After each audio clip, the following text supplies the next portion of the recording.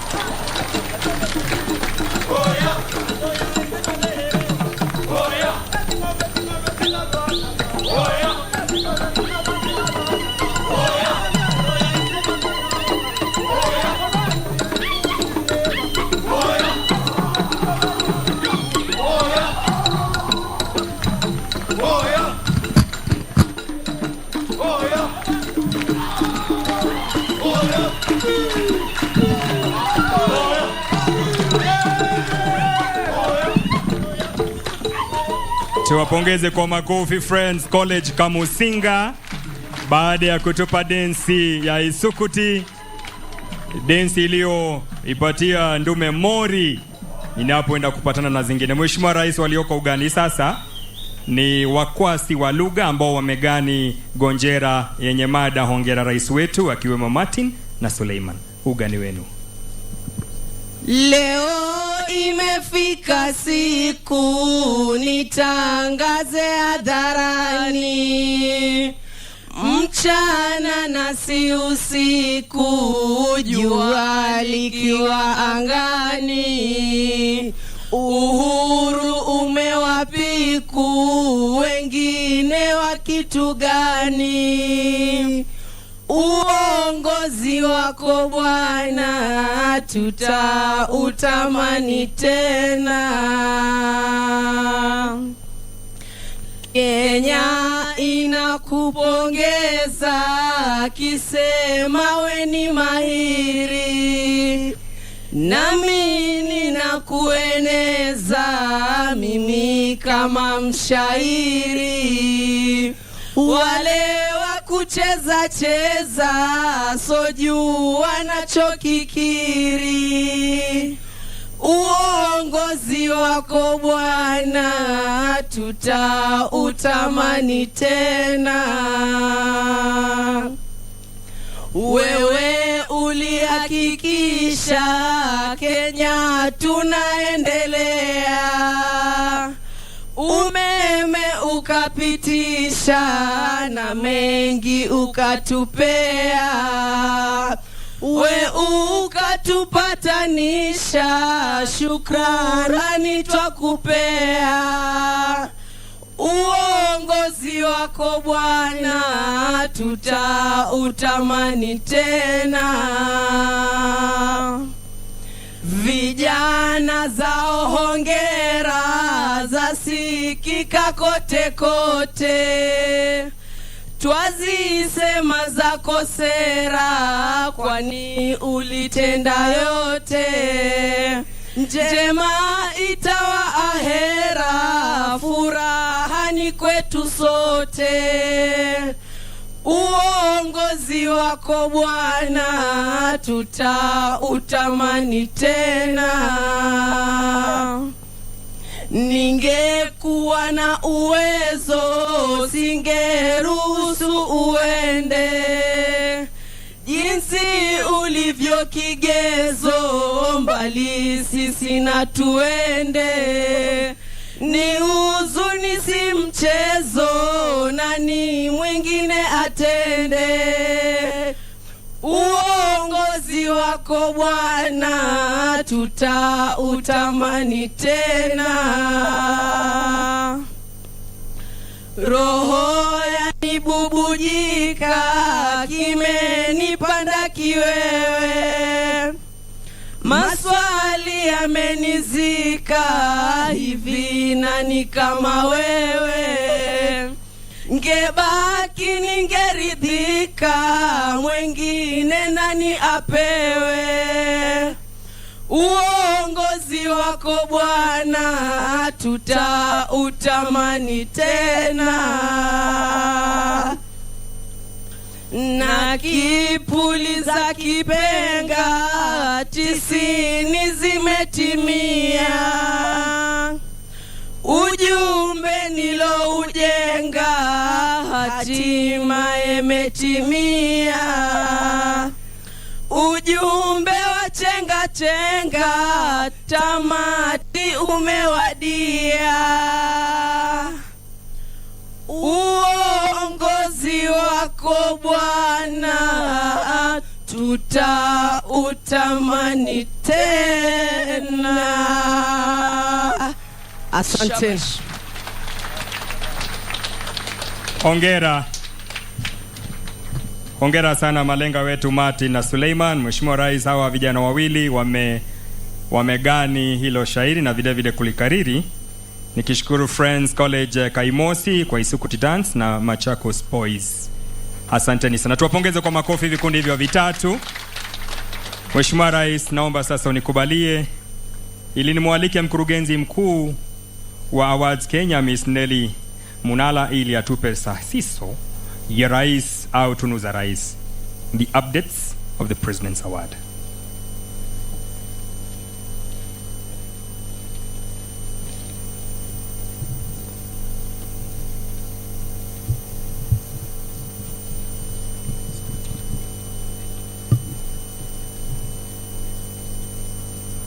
Your Excellency, the President of the Republic of Kenya and Commander-in-Chief of the Defense Forces and patron of the President's Award Kenya, Honorable Uhuru Kenyatta, Cabinet Secretary, Ministry of Education, Professor George Magoha, representatives of national and county governments, Head of the Public Service, Dr.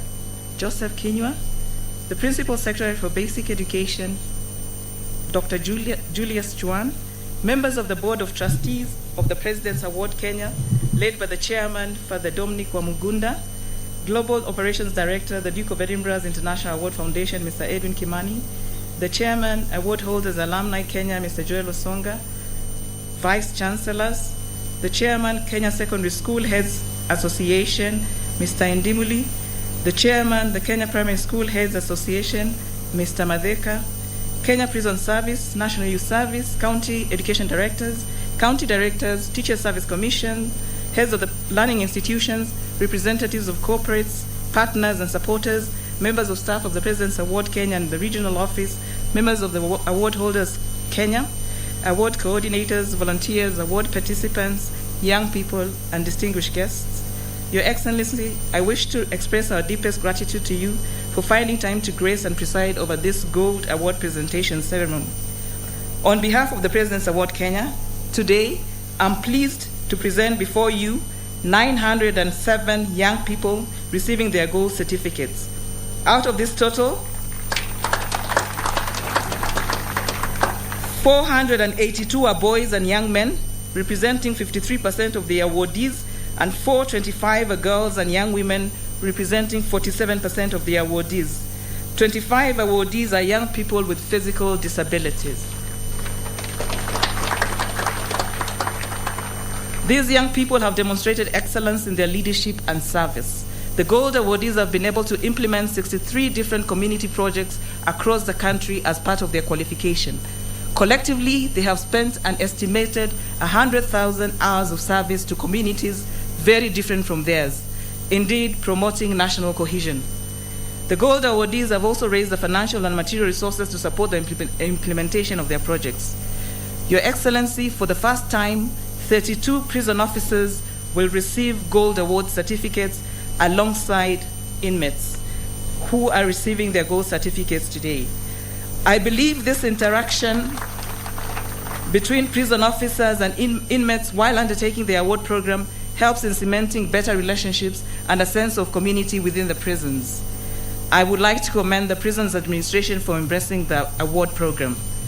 The President's Award Kenya is exploring opportunities for replication of this interaction between officers and inmates across prisons in the country and other uniformed and disciplined forces.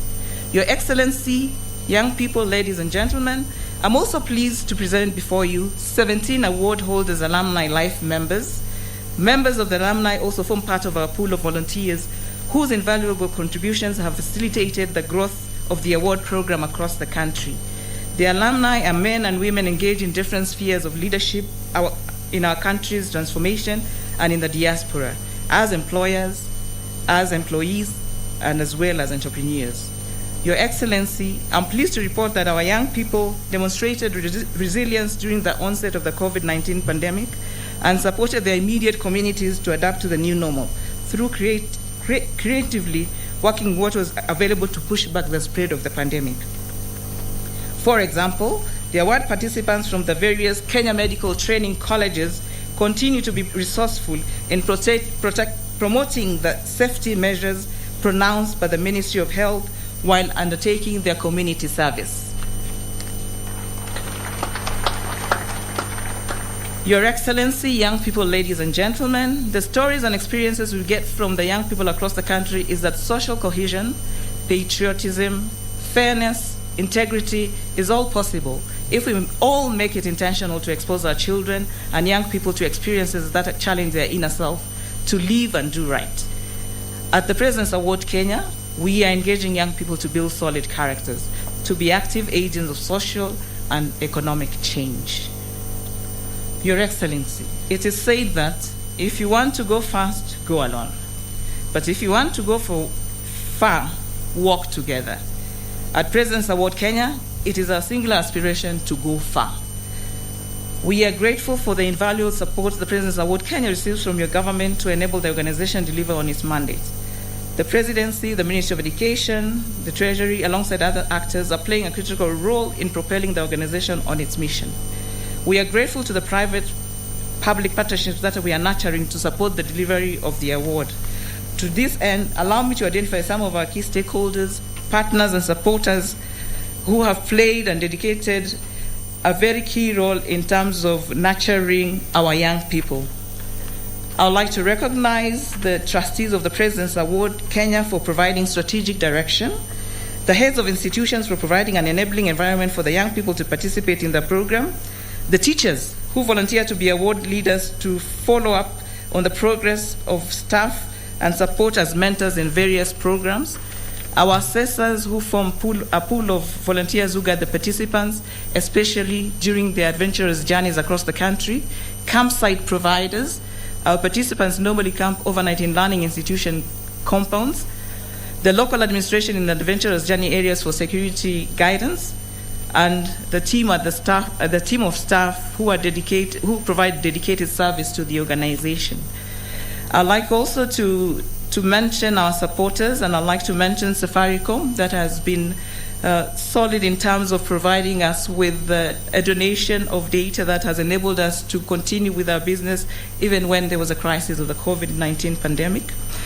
I would like to also recognize the International Award Foundation that provides strategic support to the growth of the award program in Kenya, partnerships with county government leadership, increasingly working with county governments to open access for young people to the program, with special mention of the Ministry of Education and the Teachers Service Commission. Your Excellency, young people, ladies and gentlemen, I take this opportunity to congratulate the 907 gold awardees before you, as well as the 17 life members of the award holders alumni. Thank you very much.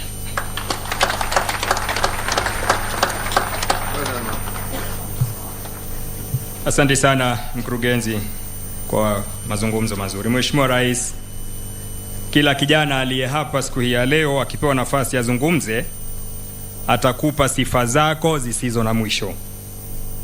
Lakini kwa sababu ya muda, Mheshimiwa Rais, nikubalie niwaalike wawili watakaozungumza kwa niaba yao. Niombe nimwalike Kristen kutoka Oshore Academy Mombasa na John Praise kutoka Makueni Boys, ili kwa niaba ya vijana hawa ambao ni viongozi wa sasa waweze kuzungumza kwa kifupi.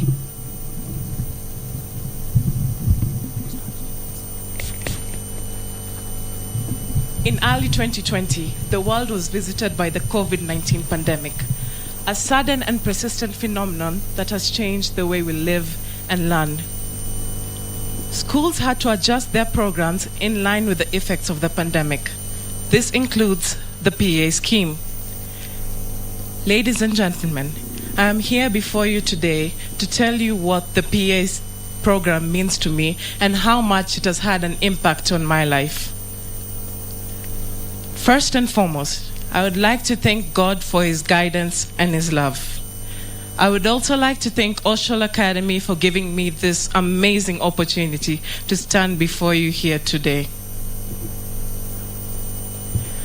The PA program is a program that fosters young minds, equipping and empowering them to achieve their personal best.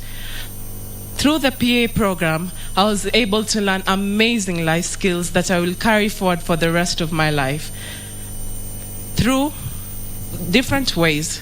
One way is by encouraging the youth, such as myself, to make a difference in the community. An example of this is when we, Oshore Academy, raised funds to support the Timbila Special Needs School. With those funds, we were able to purchase and install 2 10,000-liter tanks, gutters, and taps.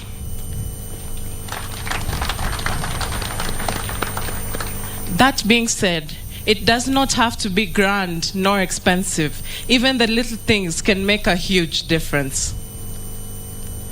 I attribute my resilience and problem-solving skills to the PA program, the greatest assets I possess to the PA program. And to the organizers of the program, I wholeheartedly thank you for your guidance and support, and I wish you continue to provide the same support to those that predecessed us. Thank you.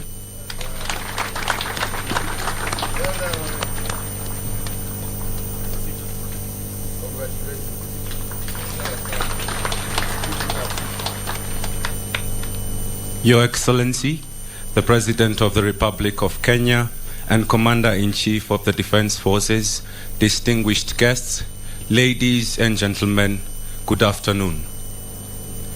I am a Form 4 student at the Makueni Boys High School, and I stand here today to give an account of my experience in the President's Award Scheme. I would like to commence by thanking the Almighty God for this day that He has graciously granted us. When I first joined the President's Award Scheme, honestly, I did not know what it was all about.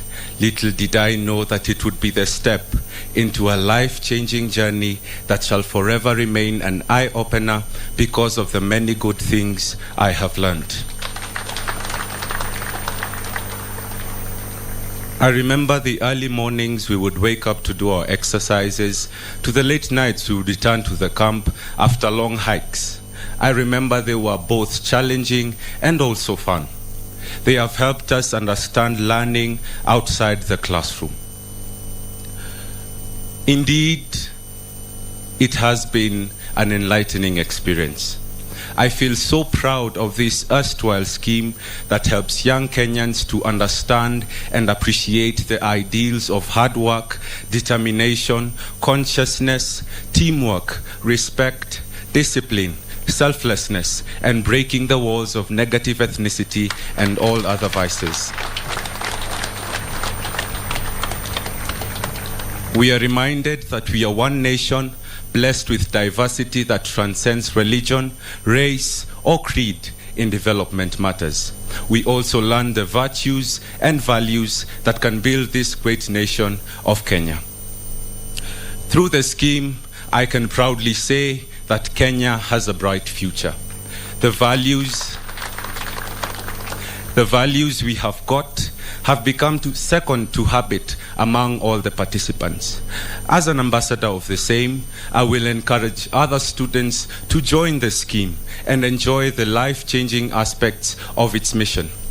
I'd also want them to learn that they may never be too young to serve this great nation and the world at large.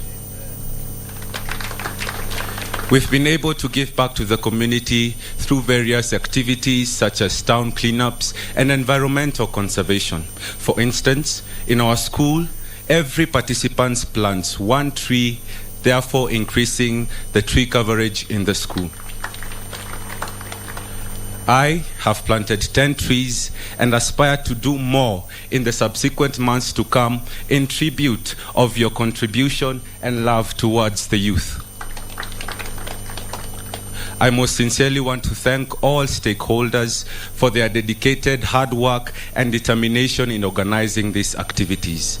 I honestly want to extend my gratitude and thanks to you, Mr. President, for your dedicated patronage towards mentoring young Kenyans to join you in working and shaping this great nation, not only for the present generation, but also for those to come who will say truly those before them had a vision for the future.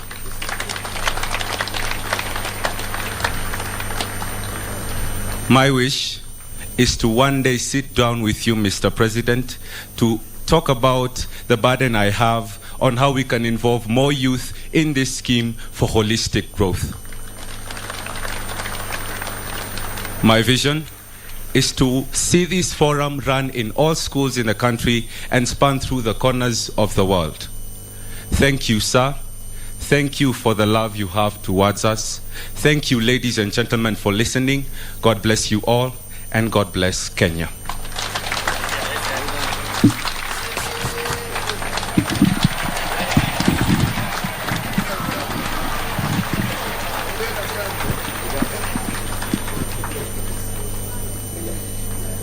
Shukurani kwa vijana wetu Kristen na John. Kwa niaba ya vijana wengine wote, Ni ishara kwamba ujana ni moshi na ukienda haurudi. Mheshimiwa Rais, nikubalie nimwalike sasa Father Daktari Dominic Wambugu, mwenyekiti wa Tunu za Rais, azungumze kwa kifupi. Karibu mwenyekiti.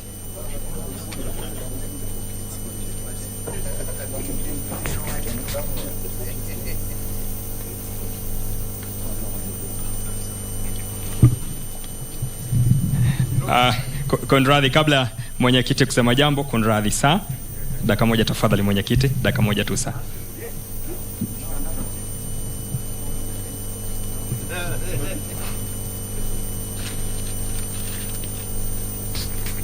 Mheshimiwa Rais, kwa niaba ya hawa vijana wote nimeombwa tu kabla ya kumwalika mwenyekiti, na nitaomba radhi Father Dominic wa Mugonda ambaye ni mwenyekiti.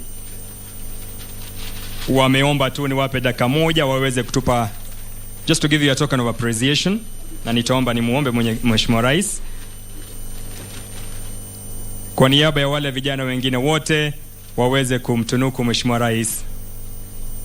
Just a token of appreciation.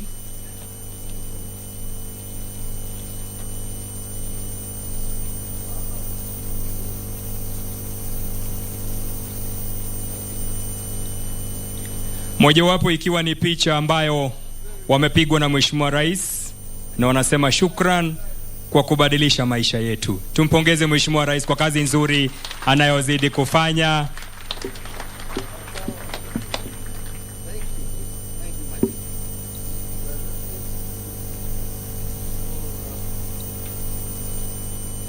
Hongera, hongera. Tuwapongeze hawa kwa niaba ya vijana wale wengine wote.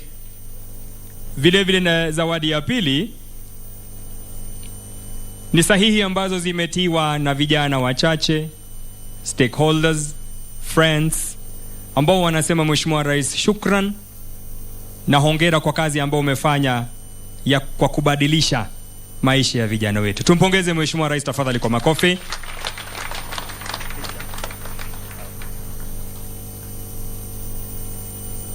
Nitaomba Mheshimiwa Rais anikubalie waweze kujipanga tu kwa dakika moja ili wapate picha. Tafadhali Mheshimiwa Rais.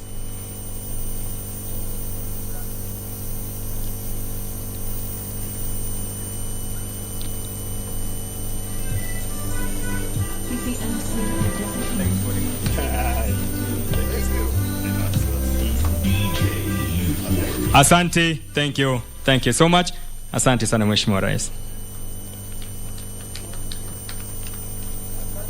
Ni kwa niaba ya vijana wote ambao wako katika ikulu siku ya leo, hawa wameweza kuwawakilisha, na asanteni sana. Thank you so much, Your Excellency. Asante sana sana. Nimwalike sasa mwenyekiti wetu Father Dominic wa Mugonda ambaye ni mwenyekiti azungumze kwa kifupi. Karibu Padri. It's good enough.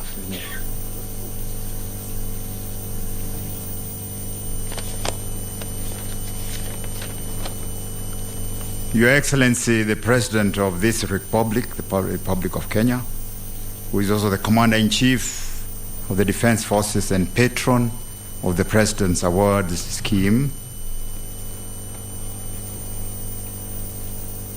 Cabinet Secretary, Ministry of Education, Professor George Magoha, Cabinet Secretary, Ministry of ICT, Innovation, and is that man here, I wonder? I haven't seen him. But anyway, it would have been Joe Mushero. Head of the Public Service, Dr. Joseph Njue. Director of Global Operations, Director Edwin Kimani. All the staff of the President's Award, Kenya Global Operations Director, the Duke of Edinburgh International Award Foundation.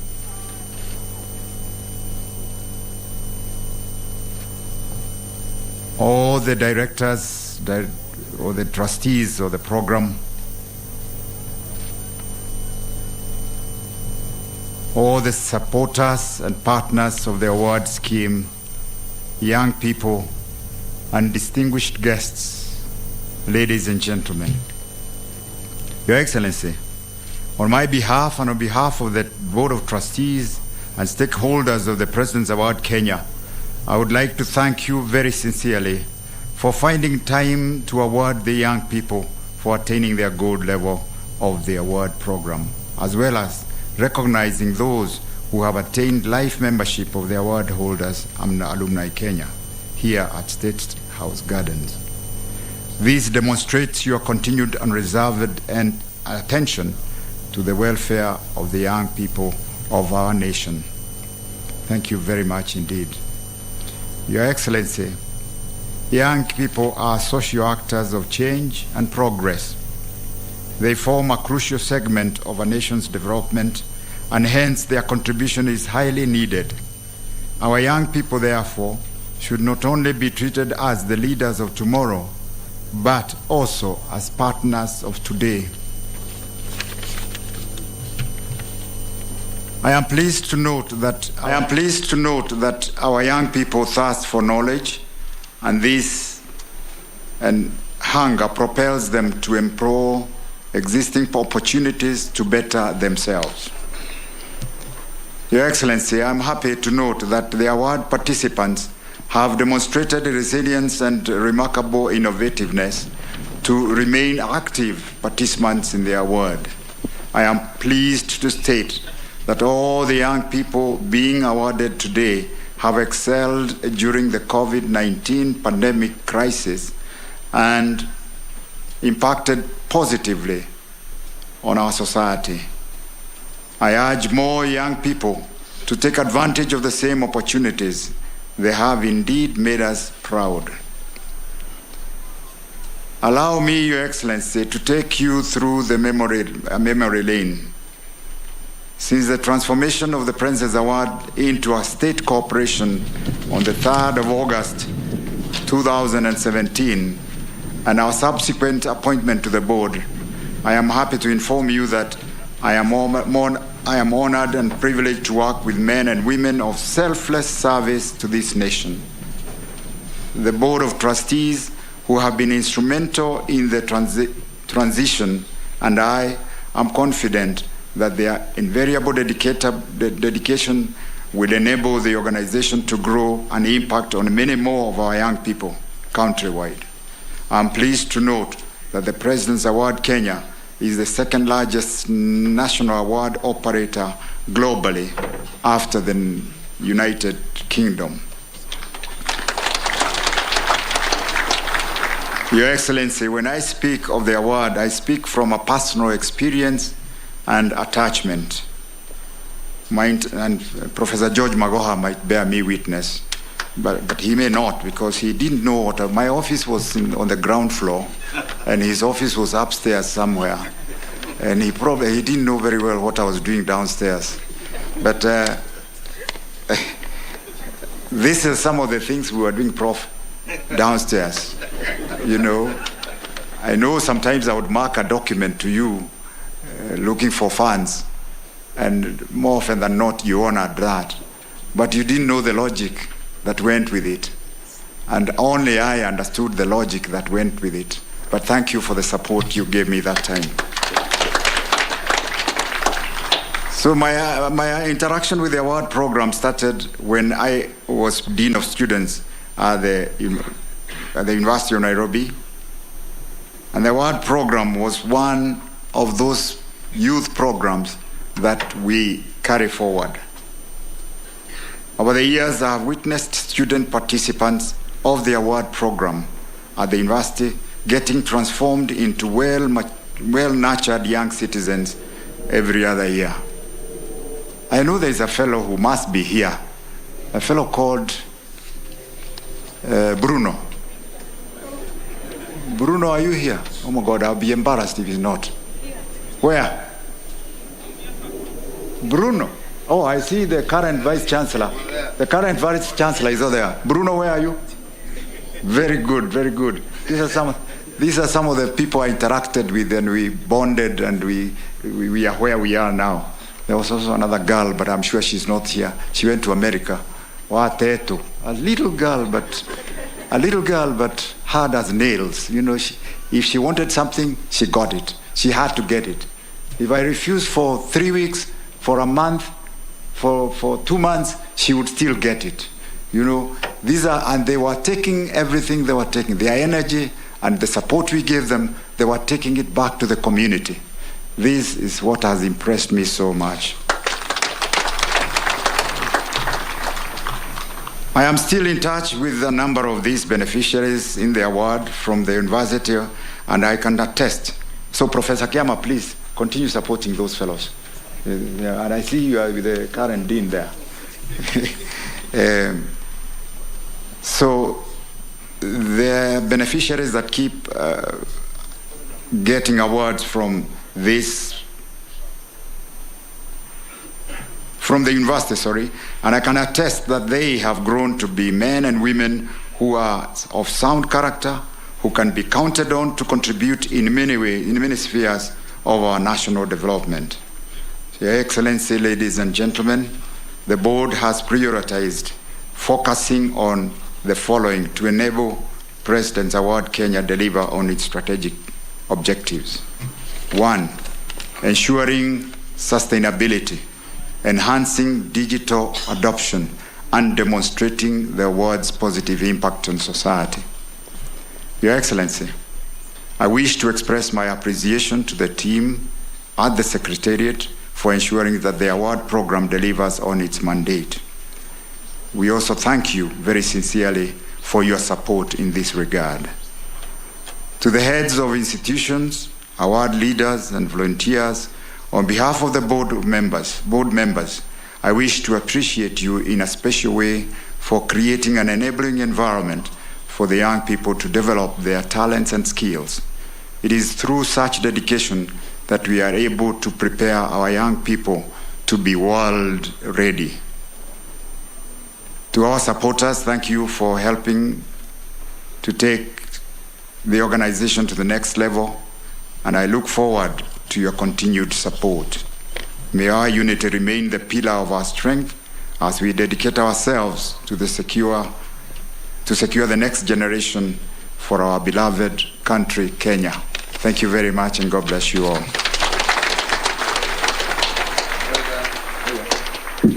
Thank you so much, sir, for the Dr. Dominic, the chairperson of the President's Award Kenya Board. Your Excellency, sir, as the Executive Director said, before you are 907 young awardee holders of the Presidential Award Kenya, it has taken them 2 years of positive challenge and relentless effort for the young people to achieve what they are about to receive, sir, this afternoon.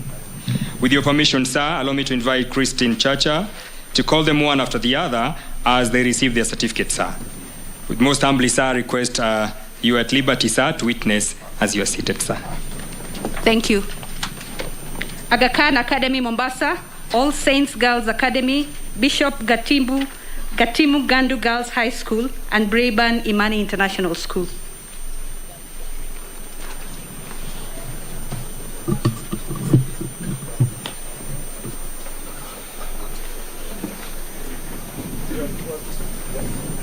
This will be followed by Butula Boys High School, Egerton University, Friends Secondary School, Handindi, and Gadirimo Girls High School.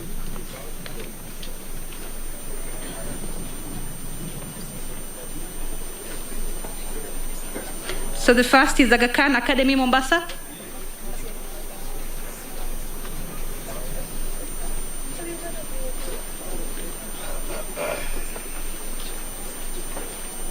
Aga Khan.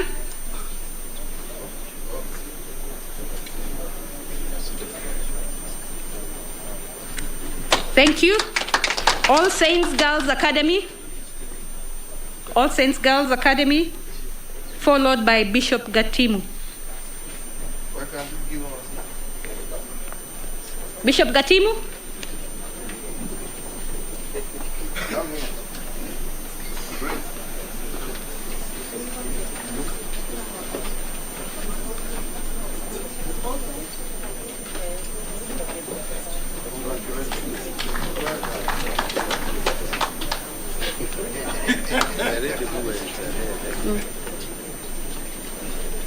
Aga Khan Academy, Mombasa, you've been asked to come back kindly. So we'll have All Saints Academy, Bishop Gatimu Girls High School, Braeburn Imani, Please follow through, and Butula boys.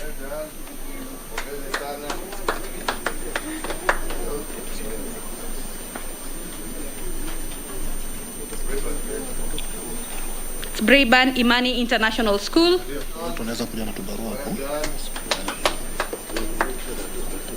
Butula Boys High School. Followed by Egerton University and Friends School. Congratulations. Well done, well done, well done, well done. Aga Khan Academy.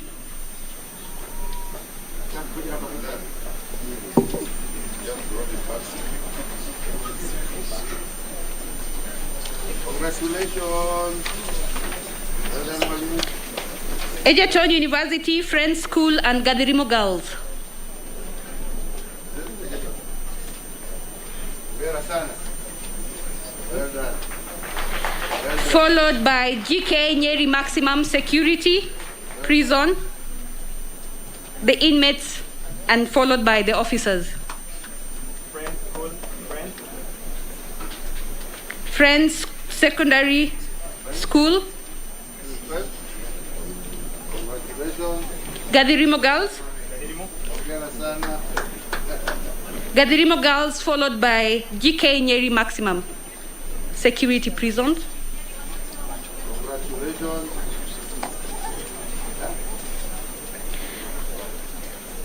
Followed by Nyeri Medium Prison Officers, Nyeri Women Prisons. Nyeri Women, followed by GK Thika Main Prison Officers. Well done. That's Nyeri Maximum Security, inmates, and followed by the officers. Hongera sana. Hongera, hongera, hongera, hongera, hongera. Hongera. Hongera sana. Nini? Nyeri Women Prisons, Thika Main, Thika Women Prisons, followed by Langata Women Prisons. Well done. Where's it? Nini? Nini? Medium? Where's it? Kamai Bostol Institute, followed by Shikusha Bostol Institution. Well done. Hongera sana. Nyeri Maximum. Huh?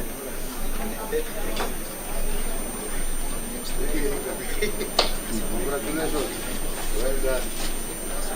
Hongera sana. Hongera.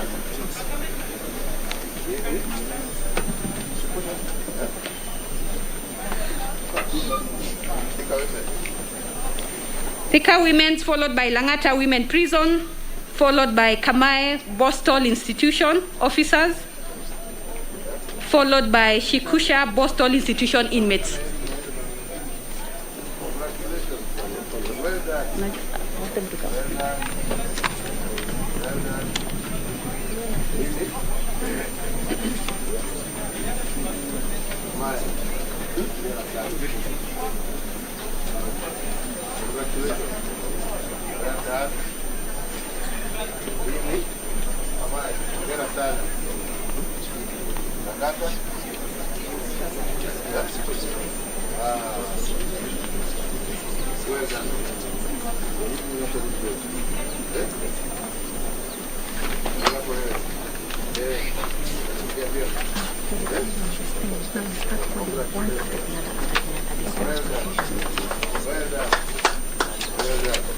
Langata Women Prison,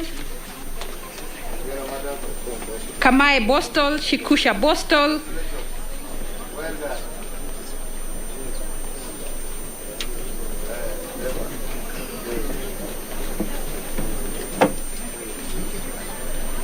followed by Gongoni Secondary School,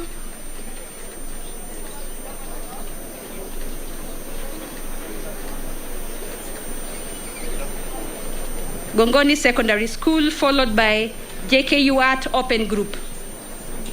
Gongoni Secondary School, Hongera tena. Wonderful. I can see. Keep it up. Well done. That's Gongoni Secondary School.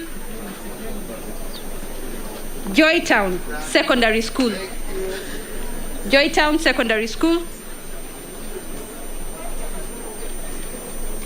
JKU Art Open Group, followed by Joy Divine Group.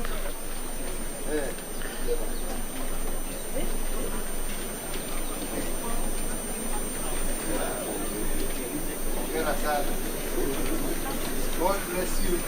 Congratulations, Mommy. Well done. Hongera sana. Hongera. Well done.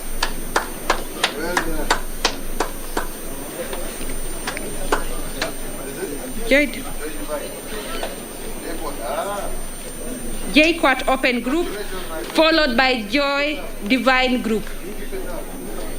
Joy Divine, followed by Kabarak University. Well done. Hongera sana. Kabarak, followed by Kabete National Polytechnic and Kabianga School. Kabete National Polytechnic, Kabianga School, followed by Kakamega School. Congratulations.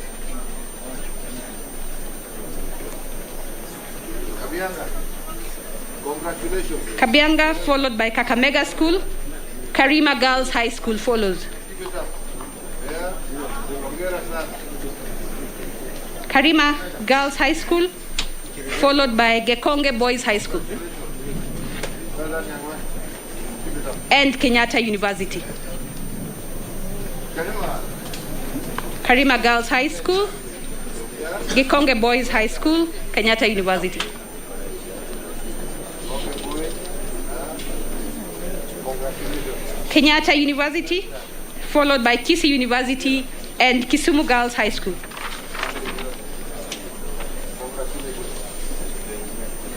Well done, Njue. Yeah. Congratulations. Kisii University. Congratulations.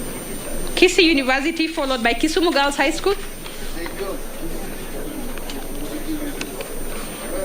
KMTC Nairobi, followed by Lukenya Girls Secondary School.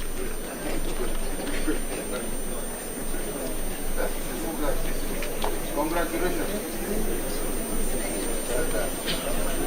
Well done. KMTC Nairobi campus, Lukenya Girls Secondary School, followed by Makini School.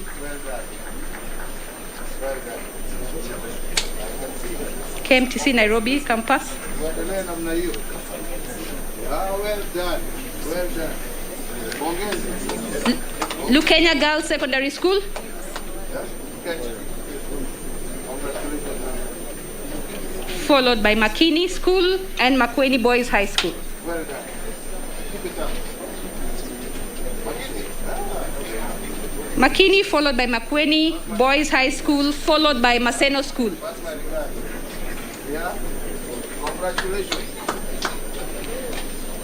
Makueni Boys High School, followed by Maseno School, followed by Mount Kenya Academy Senior School.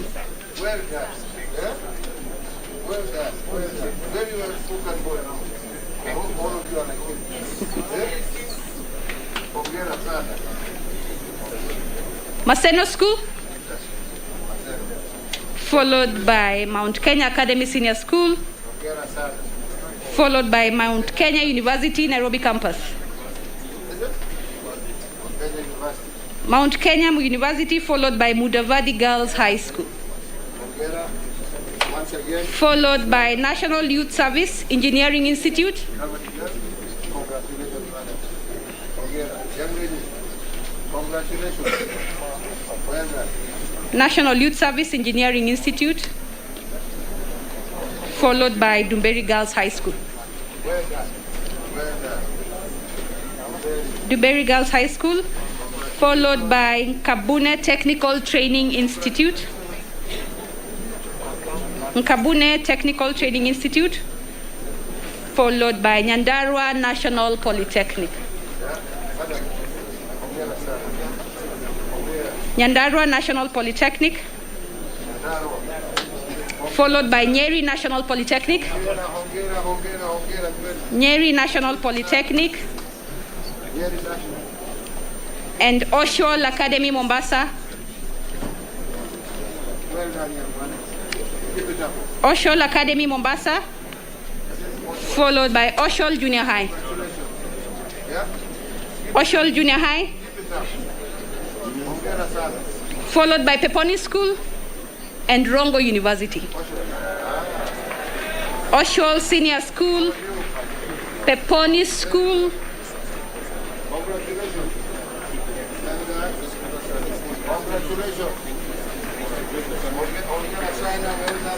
Oshol Senior School, Peponi School,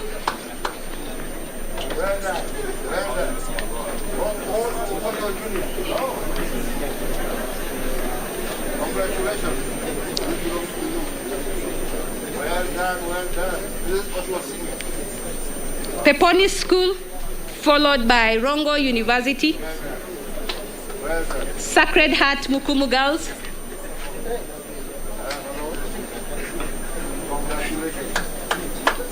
Sacred Heart Mukumu Girls, followed by Samaj Senior School. Congratulations, my friend.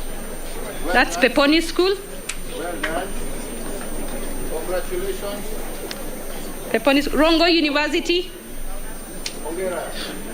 Hongera sana. Sacred Heart Mukumu Girls, Hongera. Sacred Heart Mukumu Girls, Samaj Senior School,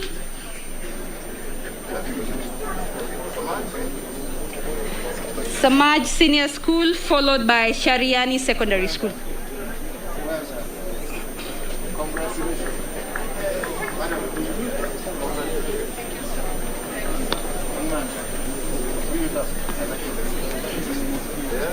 Well done. Shariani Secondary School, followed by Shimolatewa High School. Shimolatewa High School, followed by Silibwet Secondary School. Silibwet Secondary School, followed by St. John's Ambulance, City 5. St. John's Ambulance, City 5. St. Mary's Girls High School, Igoji. St. Mary's Girls High School, Igoji.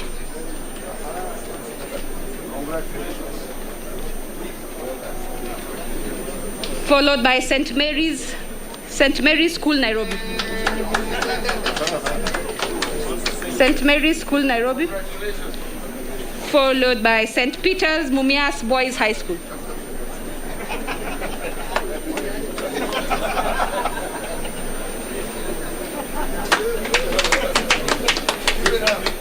God bless you, Father. St. Peter's Mumias Boys High School. Well done. Well done. Well done.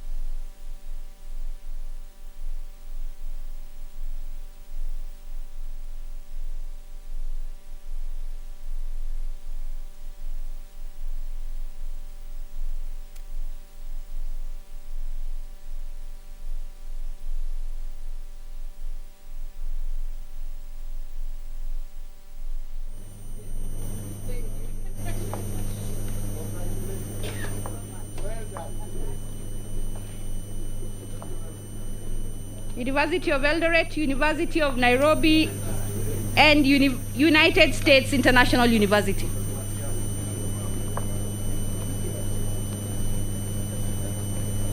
University of Nairobi.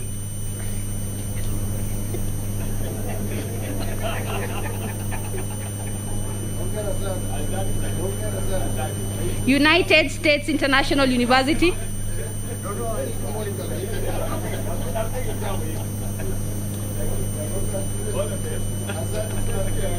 Thank you very much. Congratulations. United States International University.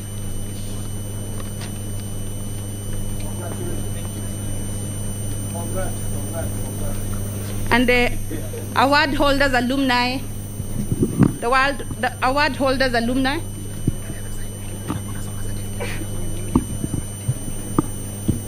Award holders alumni.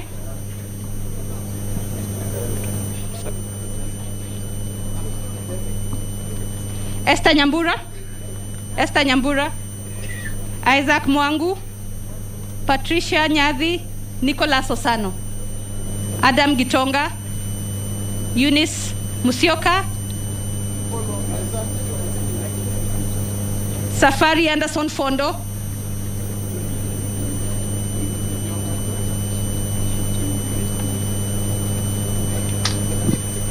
you have Esther Nyambura, Isaac Mwangu, Tony Koech.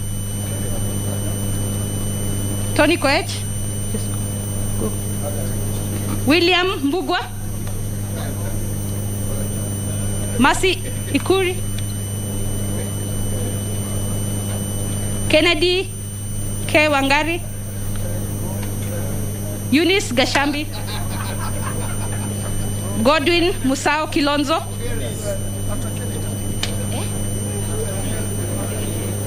and Esther Nyambura Gadu. Pita? It's okay. Pita?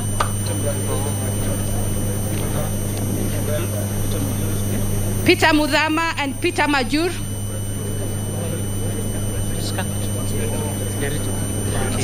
Priska and Deritu. Safari Anderson Fondo.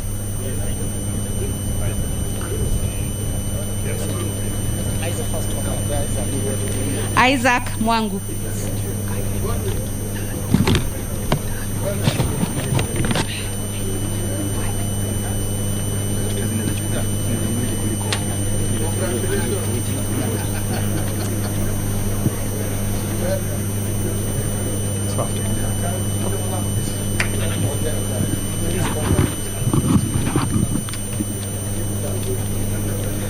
Mheshimiwa Rais anazidi kuwapongeza na kuwapa vyeti vya kudumu kwa wale ambao ni waanzilishi, na hongera kwa kazi nzuri mnaozidi kufanya na kuwa mabalozi wa tunu za rais.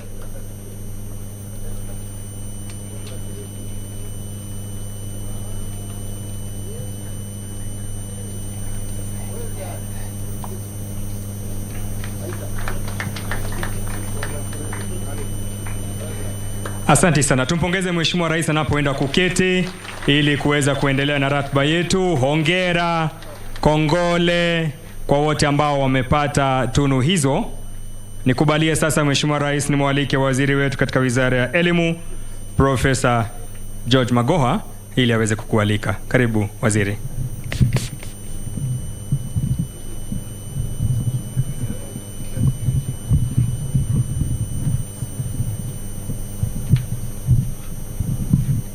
Your Excellency, President Uhuru Muigai Kenyatta, Commander-in-Chief of the Defense Forces of the Republic of Kenya, the Chair of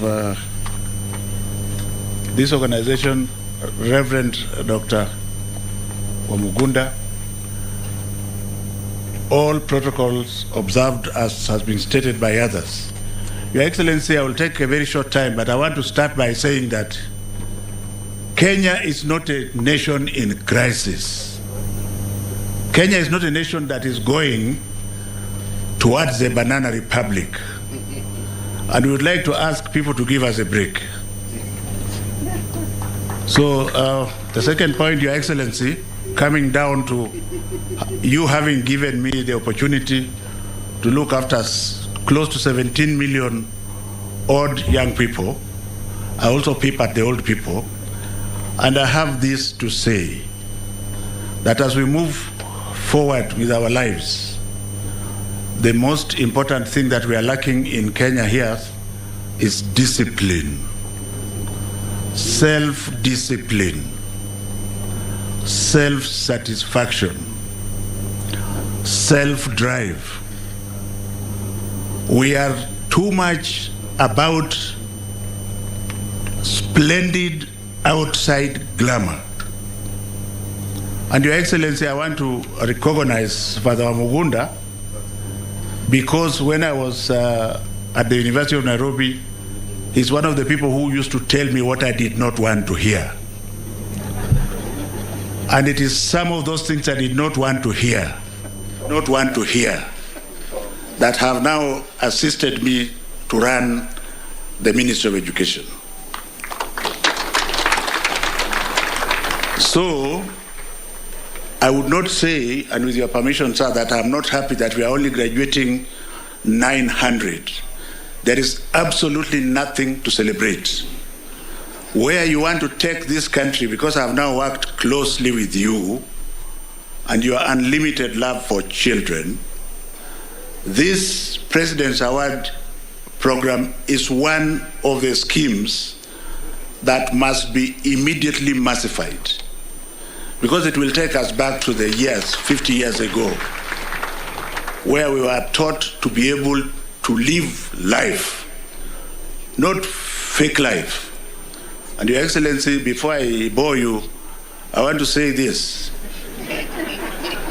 that it is important, and I think you have taught us also, so did the first president, His Excellency, the late Mr. Jomo Kenyatta, that it is only what you work for that is yours. It's only what you work for that is yours. And President's Award instills this in our children. So let this not be just a ceremony, but a nucleus towards a bigger thing which will lead to our people to think backwards. And I also have this to say about adults like myself. I am lucky I went to Starehe Boys Center, so I'm thoroughly regimented. I am not afraid of anything. I don't look for jobs because they will come. My God is not money. This is what the President's Award is all about. And if we can massify this downwards to our children, especially in their formative stages, Your Excellency, we shall have done a great thing for our country. It is now my most humble duty as your servant to invite you to talk to your people, Your Excellency. Thank you.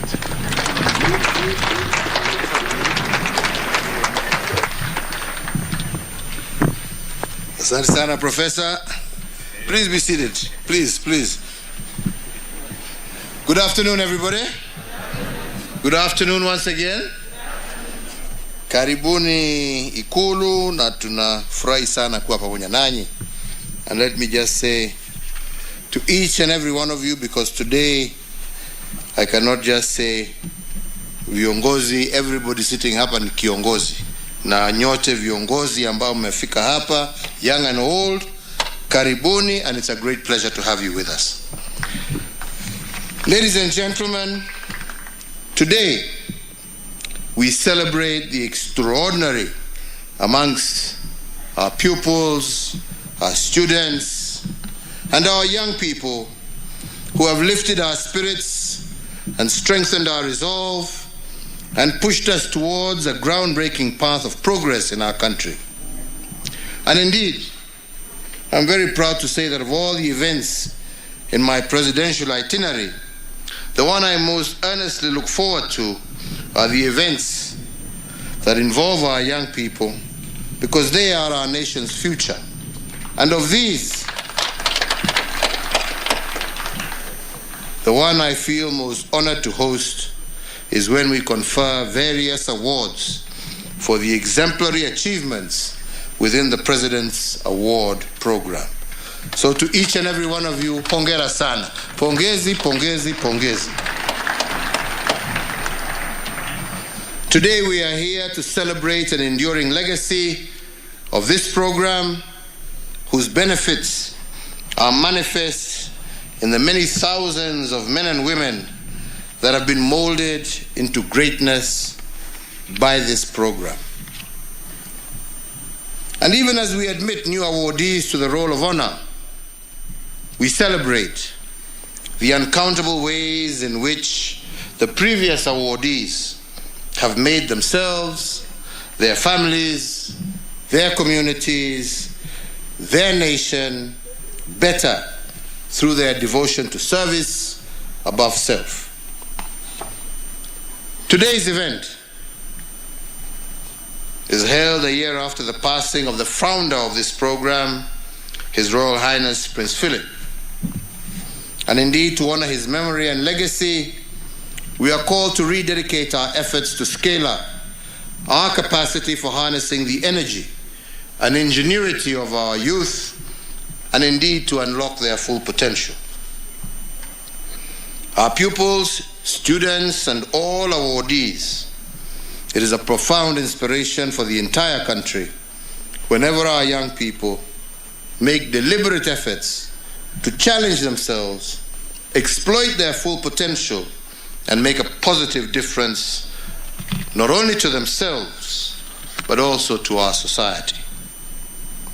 Through both this program, as well as the ongoing reforms in our education system, our young people are learning to find opportunities within crisis, to extend empathy and understanding, to care for and to protect the vulnerable, and to learn what servant leaders do within their communities.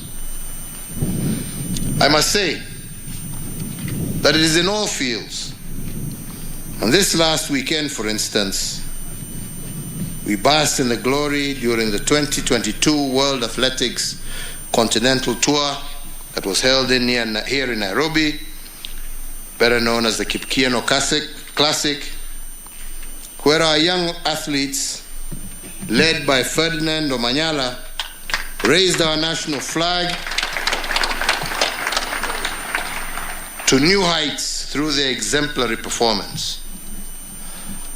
Omanyala's growing exploits in the sprint underscore that Kenya is not just a powerhouse in the middle and long distance races, but also in sprinting.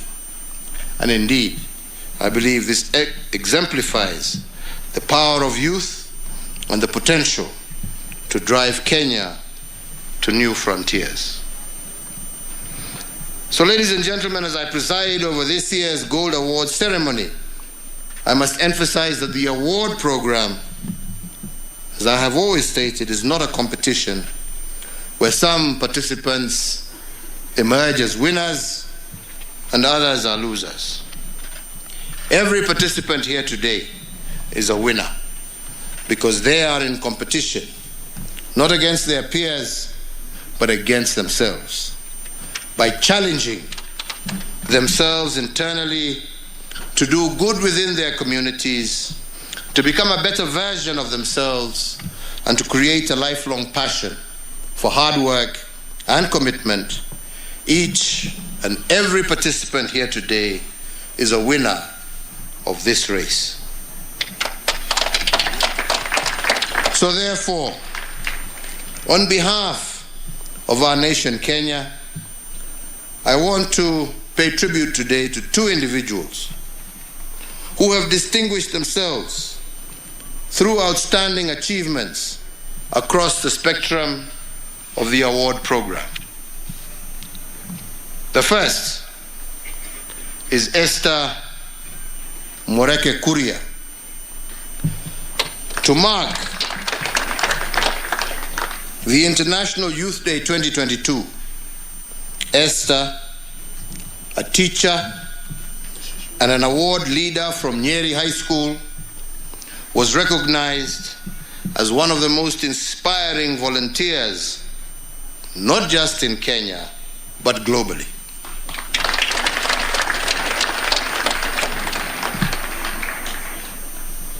Together with her award participants, she has pioneered the awards work in Kenya's prisons and has become a positive role model to the boys who take part. Hongera kwako, Esther. Pongezi. The second one is John Mutembei. John Mutembei is a former inmate from Njue Maximum Prison. This gentleman is one of the beneficiaries of the Compass Project, the digital online platform for engaging in the award program. Through the digital skills he acquired while participating in the program, he launched an appeal against his conviction through the judiciary's online filing system. The appeal was heard and it was determined, and Mutembei earned his freedom.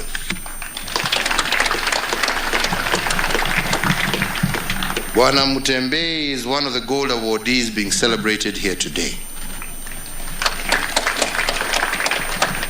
Their dramatic turnaround in terms of his life, outcome, and fortunes is testimony to the transformative potential of this award program.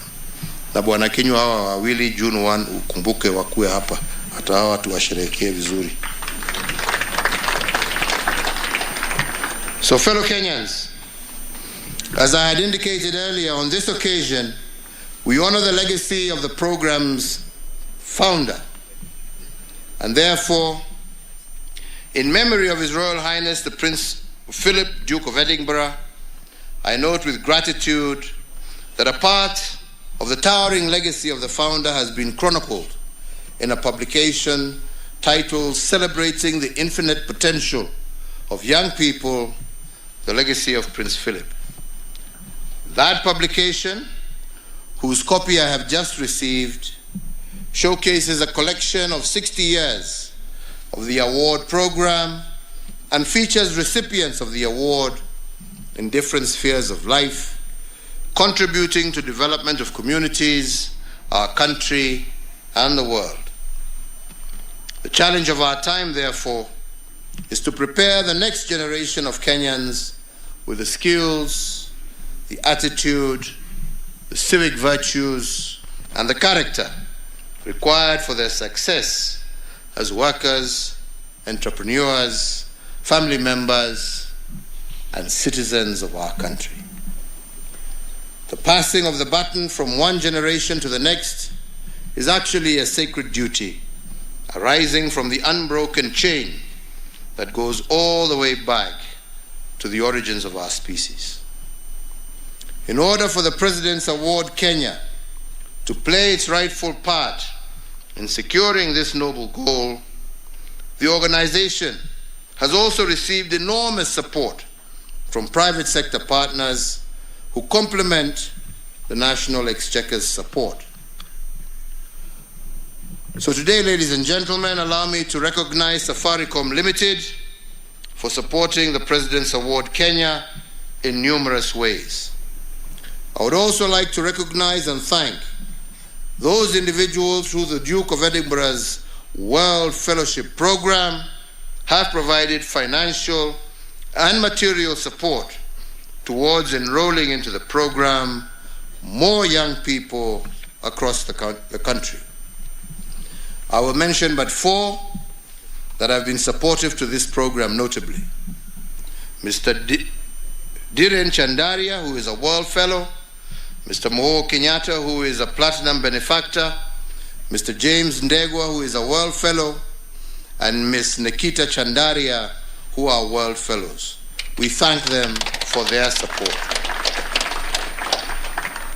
I extend our gratitude also to all the supporters of the program and to the individuals of goodwill who continue to dedicate their time and resources in support of this award program. I urge today, once again, more corporations and individuals to step forward and join us in this noble national endeavor that is geared towards unearthing skills, talents, and competencies within our young people and youthful citizens who are the future of our country. So to each and every gold awardee and award alumni who are before us today, let me say that on my own behalf and on behalf of an immensely proud nation, we celebrate your accomplishments. Hongera. I urge you all to stand up and be counted, to serve as role models of exemplary character and civic virtue within your institutions and communities, and to be the shining ambassadors of for this program. Every day and in every way, bring honor to your family name, bring honor to the program, bring honor to your country. And may your generation stand tall when called upon to lead. Nataka kumalizia kusema ya kwamba I just attended a board meeting of the program just before we came out here, and there was a request for some additional support. So one, I want to announce today that the property of the President's Award Kenya that is up there in Upper Hill on Elgon Road will be transferred to the organization with immediate effect, so that that property becomes fully owned by the organization. Secondly, as you all are aware, when I came to office, government was contributing approximately 5 million shillings every year towards this scheme. We raised that to 50 million.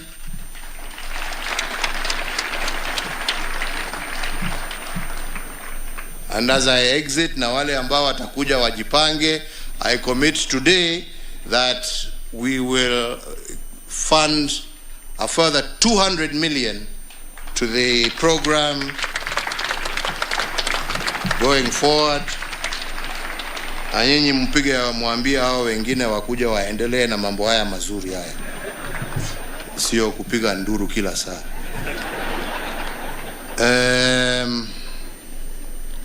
So those we shall do. Hapa, you guys are very crafty. I'm shaking somebody's hand. It has a piece of paper stuck there. So the pieces of paper I will read and see how I can respond. Hopefully you have left your phone numbers or contacts. Hizo tutasoma pole pole.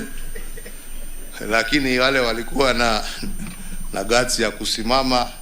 Wewe madam wewe uko wapi? Wa Langata. Wewe isi ama unaona aibu kusimama, usifungwe tena. Lakini already uko ndani, usijali. Ako wapi? Sio wewe. Ule mfungwa. Oh, nimekuona. Wewe tutasaidiana, weke kinywa power of mercy, muone kama anaweza kusaidika.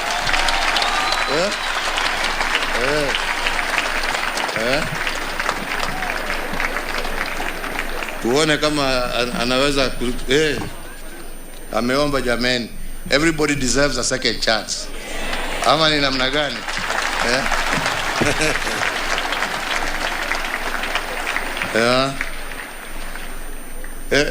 Na kijana hapa, wewe utaniona baada ya kazi.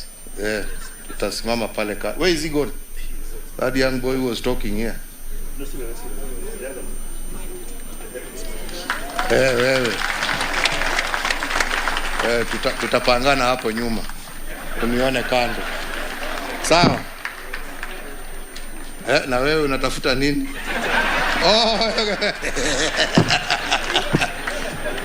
Anataka kuja na mwalimu yake. Sawa sawa, no problem. God bless you. Asanteni sana. Thank you very much.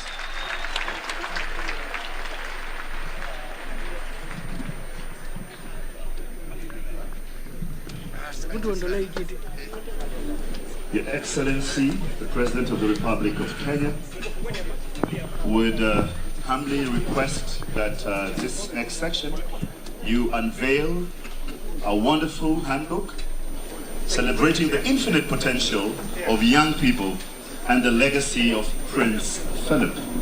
And Your Excellency, as we do that, I would also like to just bring to the front Mr. John Mutebe, just to take a bow. The young man you spoke about, who has worked his way to show the other young people that it's possible. Your Excellency, that's the young man you spoke about in your speech.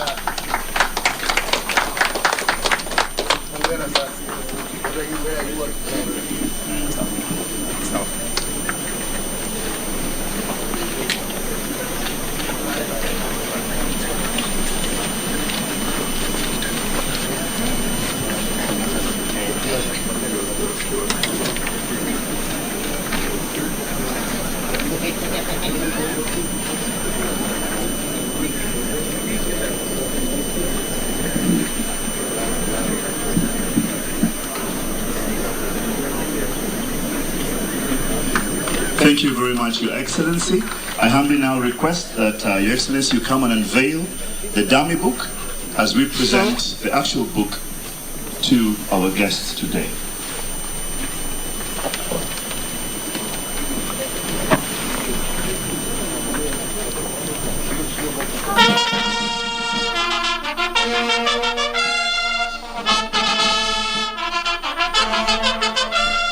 Celebrating the infinite potential of young people, the legacy of Prince Philip, 100 great years.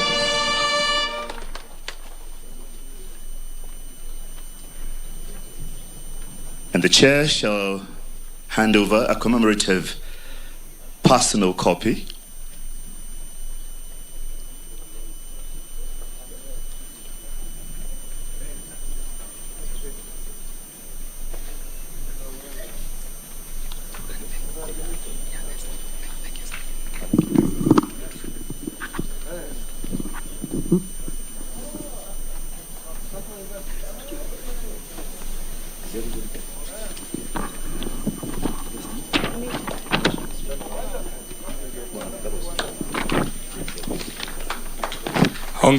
Hongera sana Mheshimiwa Rais baada ya uzinduzi huo. Nitaomba sote sasa tuweze kusimama wima ili tuweze kumaliza sherehe yetu ya siku ya leo kwa wimbo wa taifa.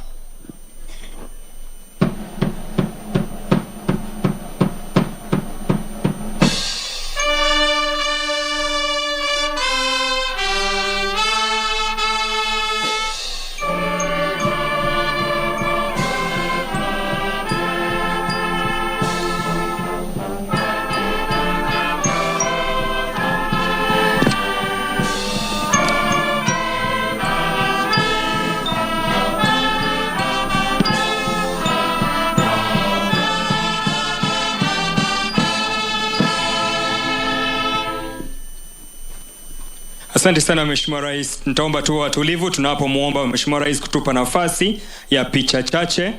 Nitaomba ili tuweze kuwa na picha mbili peke yake, the board members. Bendi mtatupa muziki tunapompa nafasi Mheshimiwa Rais.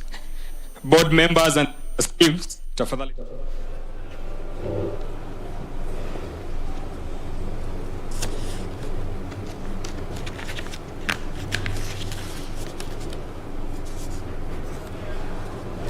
There you have it. That has been the President Award Kenya Gold Award presentation live from the State House, Nairobi. Colorful and auspicious are hardly suitable words to describe that event that has been presided over by the head of state, President Uhuru Kenyatta. Well, perhaps to just point out a few things about the award is that what the President has just said and committed to is that beginning next year, over 200 million will be channeled to the program. And this year's award, the President has said that it was to honor the legacy of the program founder, who happened to be the late Prince Philip, Duke of Edinburgh. And also the President has, of course, urged the young people to seize the opportunities that are there despite the harsh and the challenging times that are there. Of course, the program has started in 1966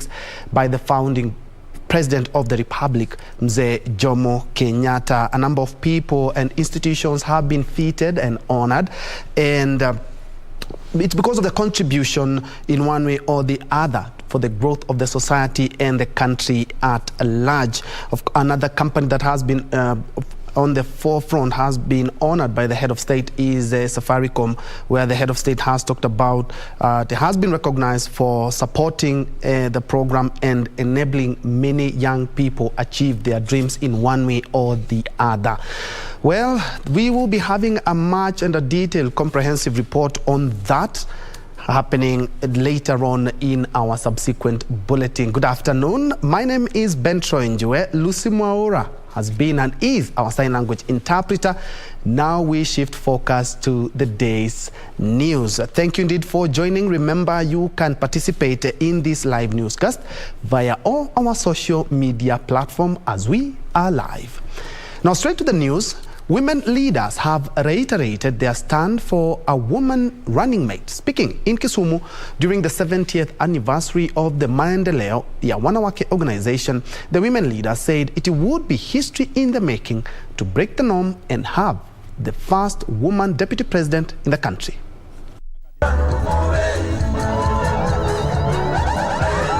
President Uhuru's succession politics dominated speeches during the 70th anniversary of the Maendeleo Wanawake organization as women urged Kenyans to rally behind a woman deputy for Raila. The women claiming they have demonstrated they can equally be trusted with the leadership. The king is not here, but the fact that the women came out, and presented themselves for this seat.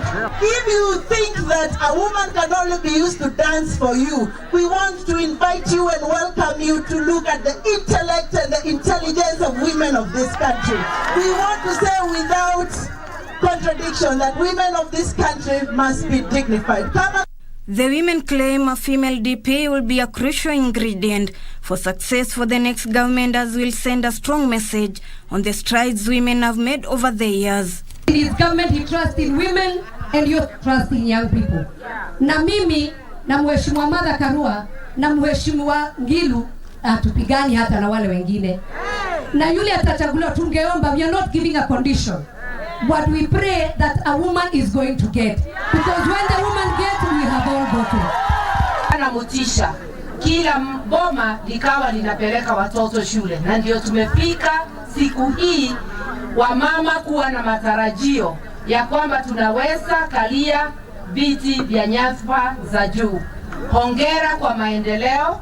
Maendeleo Wanawake Organization Chairperson Rahab Muya also said it has been a long journey for women to climb the ladder in leadership positions. Hii kitu ya pili jameni, mtupatie ya woman. Na hii ni kuomba tunaomba, we are not, Sabina said it and I echo those words. Tunaomba tukisema, kuna ile very unique problems ya mama. Raila has received a list of 3 names of potential candidates from the selection panel tasked with assisting him to choose a running mate, after which he will settle on one come Monday. Na Kenya leader Martha Karua, Kitui Governor Charity Ngilu, and Murang'a Women MP Sabina Chege have expressed interest as Raila Odinga's presidential running mate. Ruth Wamboi for Lunchtime News. Still on matters touching on the poll, the Independent Electoral and Boundaries Commission is on the spot following accusations of irregular mass transfer of voters. Voters registered at the St. Monica Catholic Church polling station in Kitengela town are reported to have been transferred to Ereteti polling station, which is 30 kilometers away from the town.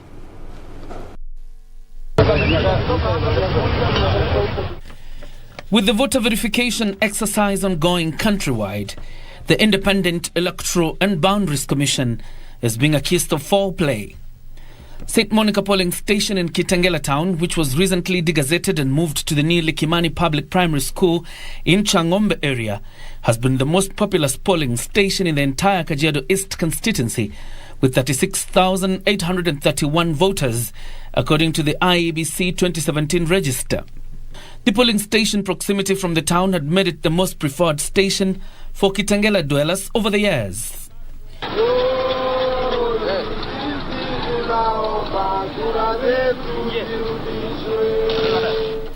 And while voters at the polling station expected to be transferred to either Likimani Primary School or Utumishi Primary School polling stations, the voters are now accusing the IEBC of conspiring to irregularly transfer them with the risk of denying them their constitutional right of voting. Mimi nimeshangaa sana kura yangu kuhamishwa kwenda huko Heritage Primary School. Hapo hata mahali imepelekwa mimi hata sijui. Sasa tunataka kura zetu tukipiga kura tupigie hapa St. Monica. Kwa sababu huko ni mbali mashinani, hata watu wengi hapa hawajui huko. All voters who voted at St. Monica last elections, all those voters have been transferred to Irritated Primary School, which is 58 kilometers from here, which will cost a voter more than 500 shillings to go and vote and come back.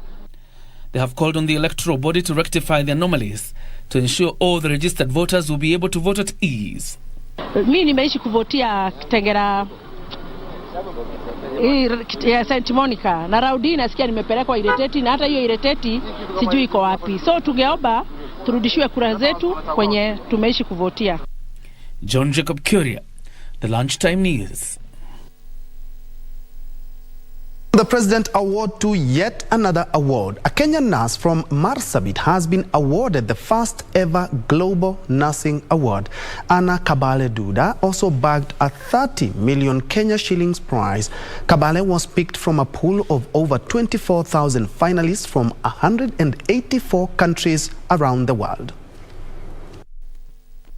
Growing up in Marsabit County, northern Kenya, Kabale Duba learned very early about hardships and challenges faced by the female gender, including gender inequality, female genital mutilation, early marriages in her community. Kabale understood from an early age that educating boys was deemed more important than educating girls in her community. I come from a community where girl child education is not valued.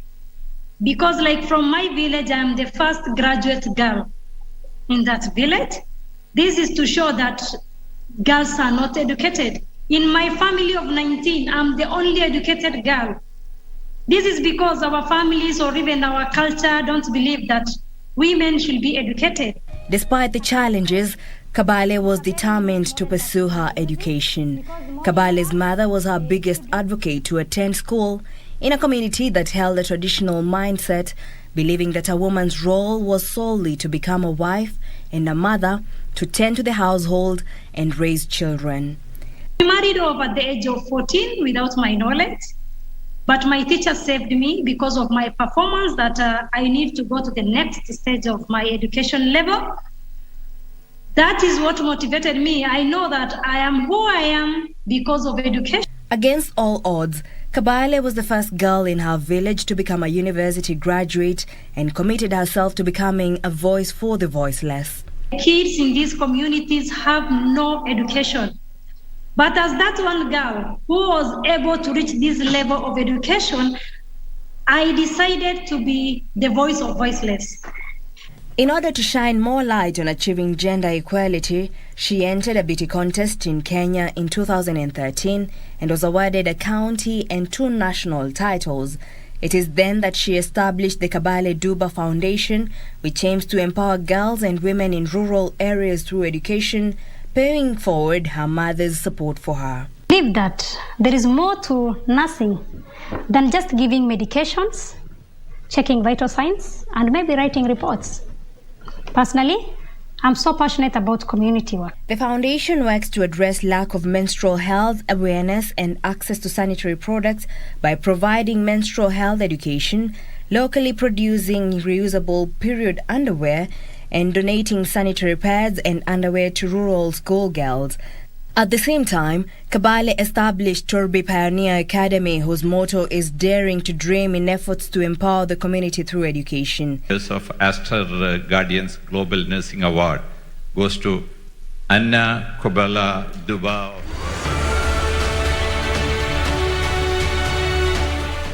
Kabale adds the Global Nursing Award to her long list of accomplishments, including the 2019 Waste Global Citizen Choice Award.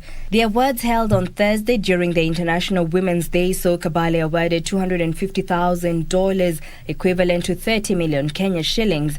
The Global Nursing Award, spearheaded by Aster Guardians, is one of the top awards with the highest prize money in the healthcare community. The other 9 finalists who were also awarded with a finalist award include Dida Jirmabule, also from Marsabit in Kenya. Reporting for Lunchtime News, I'm Jackie Wambiru. Congratulations to Nas Kabale. Now let's shift focus to matters politics, where politicians eyeing various seats as independent candidates in Siaya have called on political parties to respect the rights of Kenyans to elect representatives of their choice during the forthcoming general election. This even as their counterparts in Trans Nzoia formed a political movement to campaign together, accusing political parties of unfairness and lack of transparency. The independent candidates in Siaya have lashed out at a section of leaders from the county whom they accuse of undermining their campaigns. The leaders say top political parties' bosses must be prepared to work with leaders elected by the people. Let there be no effort at any level to select leaders for the Kenyan people, particularly for the Siaya people. Siaya people are determined to change their life for the better. The politicians have also condemned calls for zoning the country along party lines, saying that this was negating the democratic ideals that Kenya stands for. The talk of zoning is hurting us as Azimio. The talk of zoning is hurting our bases. Let's focus on getting as many votes as we can for Raila Amolo Odinga. Zoning does not help Raila Amolo Odinga's presidency. In Trans Nzoia, independent candidates have formed a movement to campaign together, accusing political parties of unfairness and lack of democracy. The candidates say they are seeking to provide alternative leadership to the electorate in the region. Ni haki yao kuenda mpaka kwa depe. Mtu akitaka kusimama kura, they are allowed to go up to the ballot. The more than 50 aspirants claim they were denied party tickets unfairly. Kwa hivyo sasa tunarudi kwa wananchi, tunawaambia usiangalie chama, usiangalie umri, usiangalie gari yenye mtu anatembelea. Sikiza mtu na umwangalie kama vile Mungu angeza kumuona na umchague kulingana na hayo ambayo amekuambia.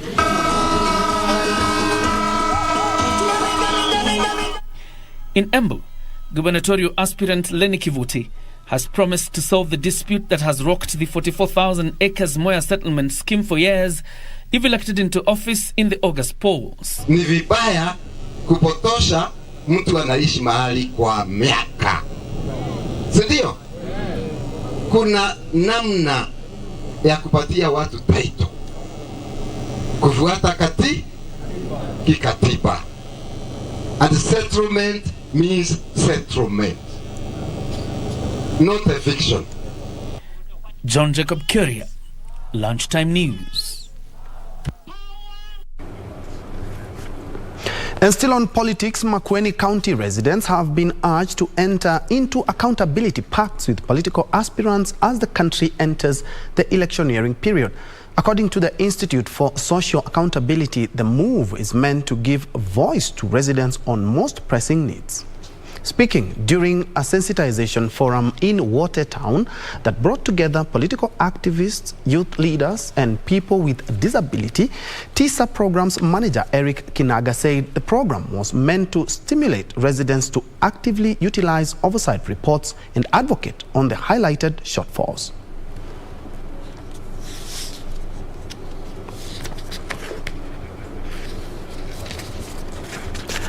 In other news, the Africa CDC outgoing director, Dr.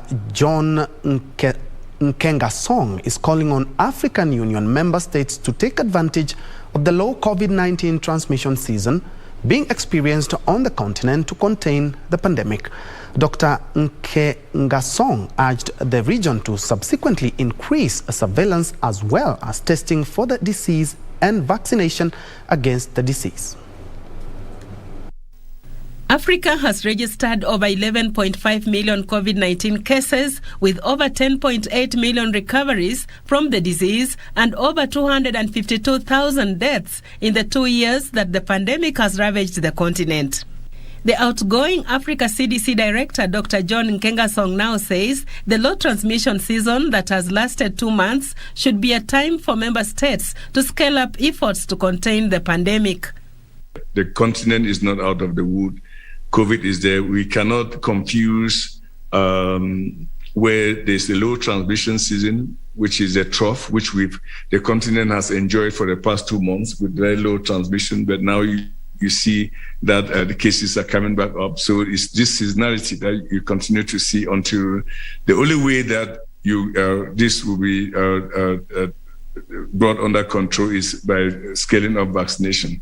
So I think that is just, and the best time to vaccinate is, the vaccinated population is now, when we are facing a low transmission season there.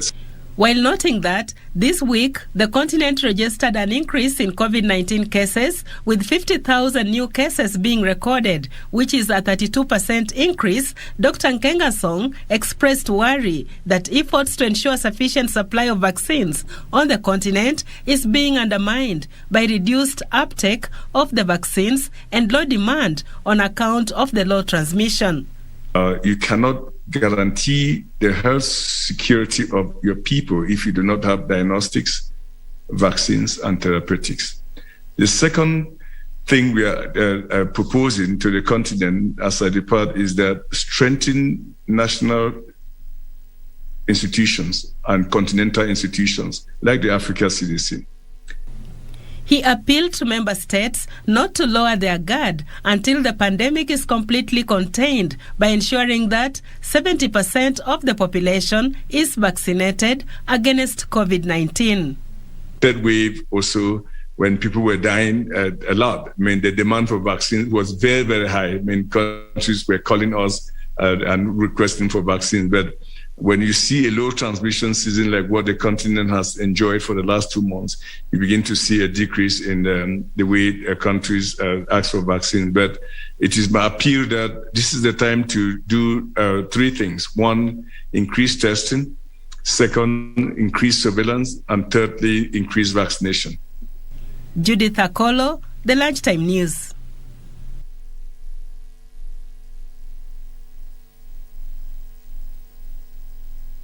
A quick breather, but we'll be right back. I still have a story here about maize imports, and not forgetting the daily sports news.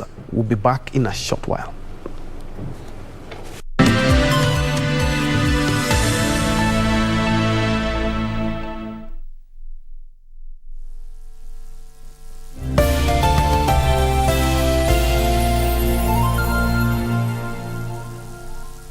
Kupata lazima nishike. Kama sikiza tune yako, bonyeza *811 *962 hash. Lazima nishike mapema. Nisiposhika hii simu mapema utakasirika.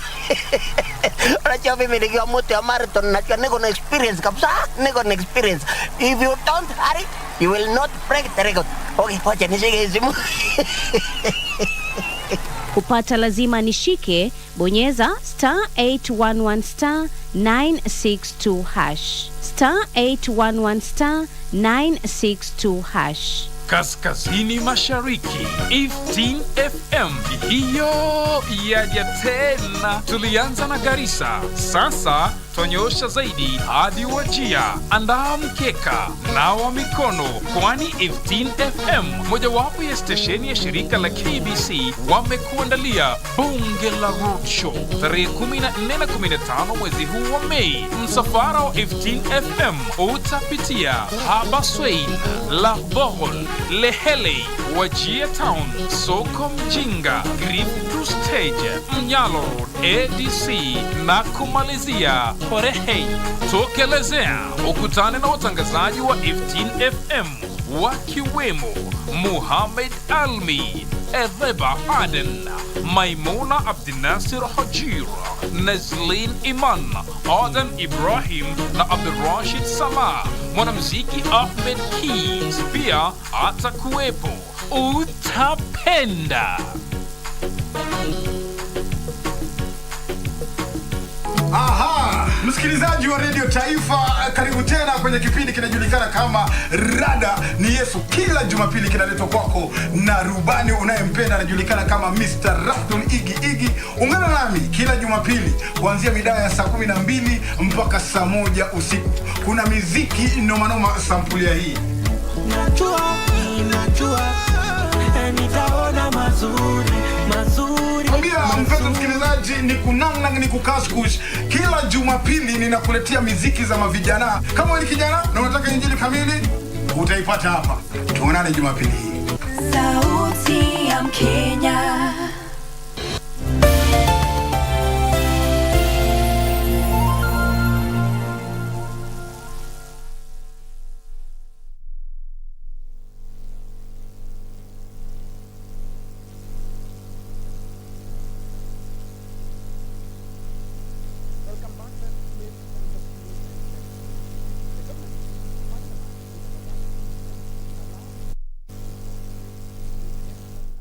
Flour prices, I beg your pardon.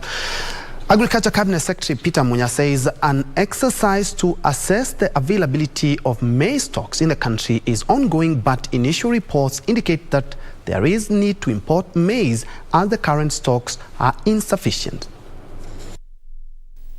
Kenyans will have to contend with high maize flour prices for the next 45 days, when the first consignment of maize imports is expected to be shipped into the country. Agriculture Cabinet Secretary Peter Munya says millers will be given a green light to import maize in the next few days in efforts to reduce the price of maize and flour. Munya blames the current maize shortage in the country on hoarding by farmers in anticipation of better prices and increased maize exports to Southern Sudan and the Democratic Republic of the Congo. Prices you already looked for are already there. You don't sell now. You don't sell that maize now. Utajikuta bei inaenda chini when you miss there. So don't be greedy, sell the maize now. The prices have never been there.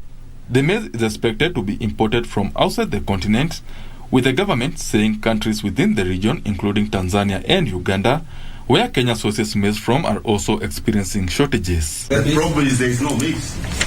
If it was there, then the prices would be realistic. There is a shortage of maize in this region because of the drought that was there and also other markets that came out. Meanwhile, the government has ruled out importation of powder milk, saying prices will reduce drastically within the next 2 weeks due to the onset of the long rains. This is despite Munya saying he will investigate claims that the state-owned New Kenya Cooperative Creameries is in the process of sending some of its workers on compulsory leave due to lack of milk to process that has seen it operate below capacity. Benson Njue reporting for Lunchtime News. In other news, only 50 savings and credit cooperatives have expressed interest in the Deposit Guarantee Fund. The fund is meant to protect members' savings in case a SACCO goes belly up. Cooperatives Principal Secretary Ali Noor says the number is very small since there are more than 22,000 SACCOs in the country. The PS further says the government has strengthened the SACCO Society Fraud Investigation Unit to deal with cases of fraud and mismanagement of members' funds. Following the amendments made to the Savings and Credit Cooperative SACCO Act of 2008, the law now provides for the establishment of a deposit guarantee fund for the SACCO sector to provide protection for members' deposits in the event of a SACCO facing liquidity challenges. The fund ensures members are saving up to 100,000 shillings. As you know, all SACCOs will not join it at once. I think currently about 50 or so SACCOs have expressed interest, so the payment drill will be best on a pro rata basis, progressively, because you know some SACCOs have huge deposits, others have smaller deposits. Cooperatives Principal Secretary Ali Noor says the legislation has already gone through the National Development Implementation and Communication Cabinet Committee and is headed to the Attorney General's office before being taken to Parliament. The deposit guarantee scheme, we have put in place the legal framework. We are now waiting for those legal amendments and regulations now to go to Parliament. The kitty is envisioned to operate along the same lines as its counterpart in the banking sector, the Deposit Protection Fund, under the Kenya Deposit Insurance Corporation, which ensures banks don't go down with depositors' cash. The PS was speaking at the official launch of activities that will culminate in Ushirika Day, which is held every first Saturday of July. Our budget for this year is 25 million, and already a third of that budget is already with us. So the sponsors have started paying us. The council has arranged quite a number of activities to be undertaken all this period of about 2 months from now up to 2nd. This year's Ushirika Day will be celebrated on the 2nd of July. Alanauko, Lunchtime News. News, Kenya and Netherlands have embarked on a project aimed at supporting sustainable fishing in Lake Turkana. The initiative will help in restocking the lake, which is facing a bleak future due to overfishing and undersized fishing. Turkana County Governor Josephat Nanok has said the study will also help in setting up a multi-million fish market in the region. Turkana, the world's largest permanent desert lake and home to the world's largest population of Nile crocodiles, hippos and more than 20 fish species, is facing its biggest survival battle yet. Overfishing, pollution, and undersized fishing are threatening to wipe out the lake this century, according to environmental experts. The lake, which supports more than 250,000 indigenous people directly, is a major player in the region's socio-economical landscape. Kenya and the Netherlands have embarked on a study that will help address the challenges facing the lake. The economic analysis on Lake Turkana will help come up with the best ways to support the lake's delicate ecosystem and the surrounding communities, as well as improve food nutrition in the area. This is an assessment which we had discussed 6-7 months ago with the ambassador and agreed that the Dutch government is going to support Turkana, do that assessment of Lake Turkana so that we can see what potentialities we have in the fish industry and how we can be able to exploit it, bringing into focus the private sector, but also government and development partners to support that effort. Dutch Ambassador to Kenya Martin Brouwer says the study is coming at a critical time when climate change is also threatening the existence of the world's largest desert lake. The analysis shows, as the governor already said, that there is potential.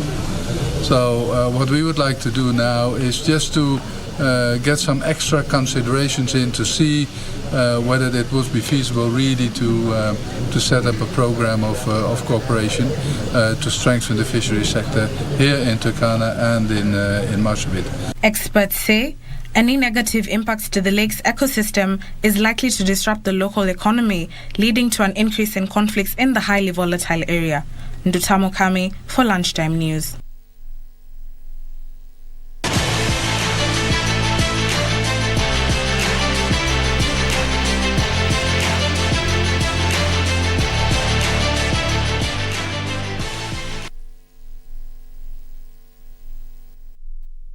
Sports, the Miami Heat secured their place in the Eastern Conference Finals after a 99-90 basket win over the Philadelphia 76ers gave them a 4-2 playoff series win. Jimmy Butler scored 32 points and Max Strus added 20 points and 11 rebounds in the Heat's victory. In the Western Conference, Luka Doncic scored 33 points to help the Dallas Mavericks beat the Phoenix Suns 113-86 and tie up the series at 3-3. The winner of the Mavericks and the Suns encounter will play either the Golden State Warriors or the Memphis Grizzlies in the Western Conference Final. In the Eastern Conference Final, Miami will play either the Milwaukee Bucks or the Boston Celtics.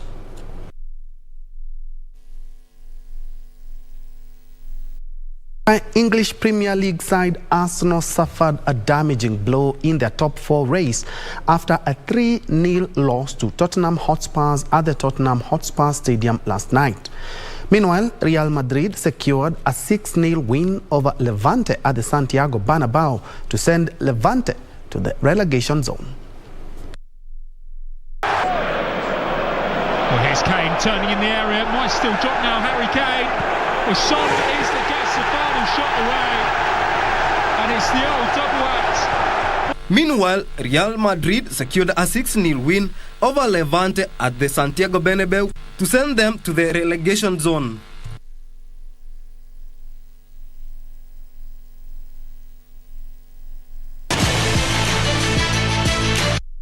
KBC Lunchtime News this Members Day.